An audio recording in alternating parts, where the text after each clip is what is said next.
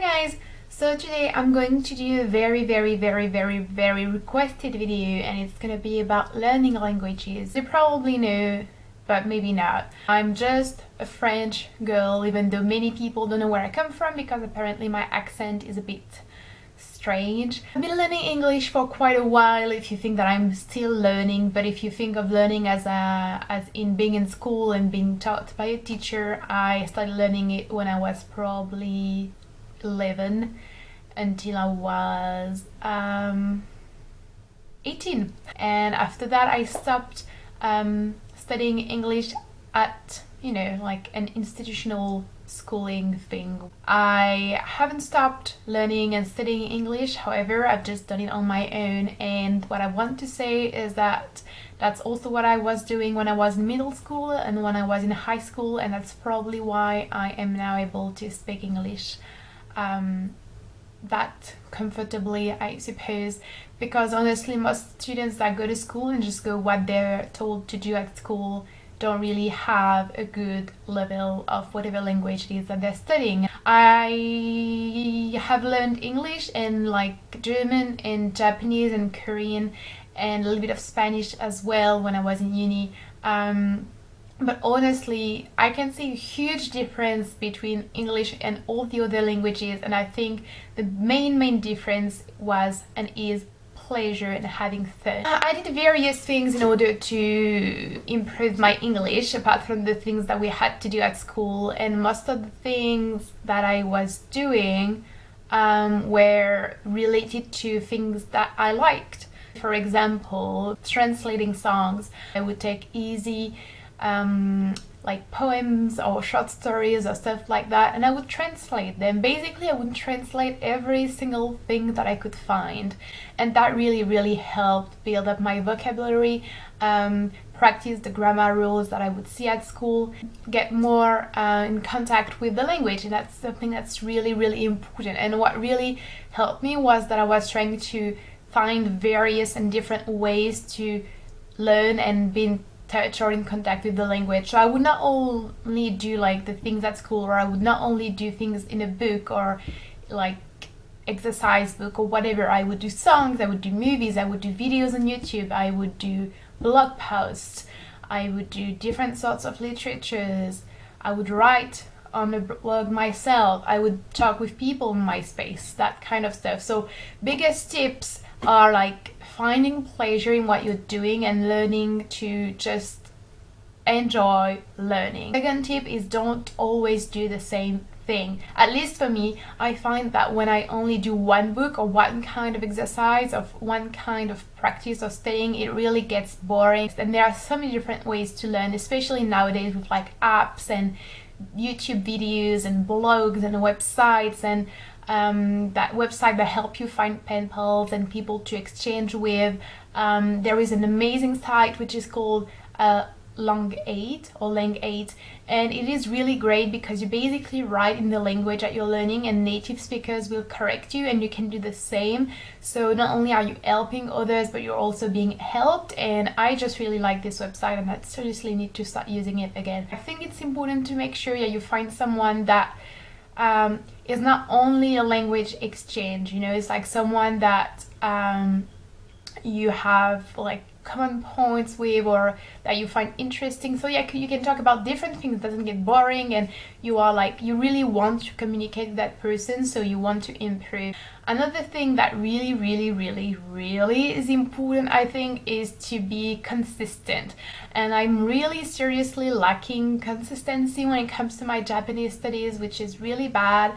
But it's not really useful to just do like it once a week and like for 4 or 5 hours. At least that's what I find, because your brain is not registering and remembering everything.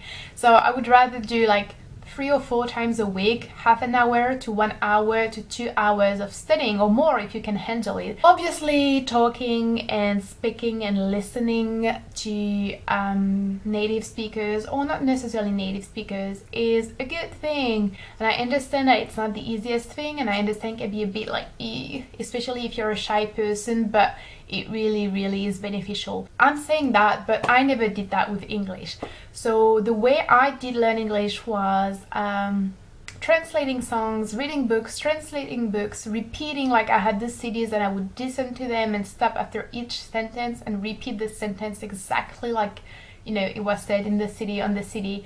And I was reading things online and I was talking with people, but like not literally like talking. I remember I had a lot of friends on MySpace and I would talk with them and chat with them on MSN and Messenger, that kind of things, and that helped tremendously. Discussions that we had were not that complex or elaborate or anything like that, and I would make mistakes, of course, but that's the way you learn. I was listening to a lot of, I was watching but mainly listening, you know, videos on YouTube. I did not understand even half of the videos. So, you know, it's like, it is normal when you're learning a language, you're not able to understand everything fully. And at first I could not fucking understand British accent, let alone Irish, Scottish and Australian. And then I started doing videos completely out of the blue, not related to studying or whatever, but that probably was the one thing that changed my you know, I don't know, kind of like my relationship with English, and just really made me improve so much.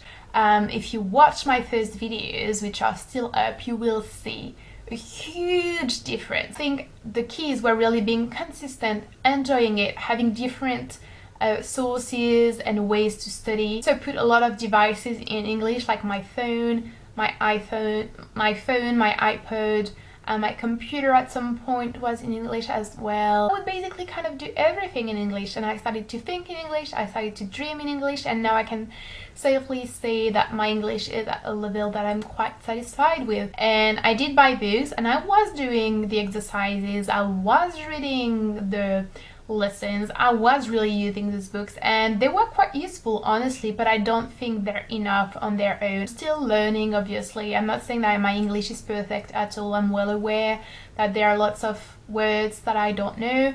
I'm well aware that I make mistakes sometimes. I'm well aware that I have an accent, and a weird one at that, because no one gets where I'm from, but I feel like it's fine because I can understand almost everything that I hear. I can be understood, and that's what matters, I think. You know, there is one thing that I think is also important to consider, is that everyone is different. Sometimes I really compare myself to others, especially with Japanese, and I get so upset and so like disappointed at myself because I'm not learning as quickly as I'd like to.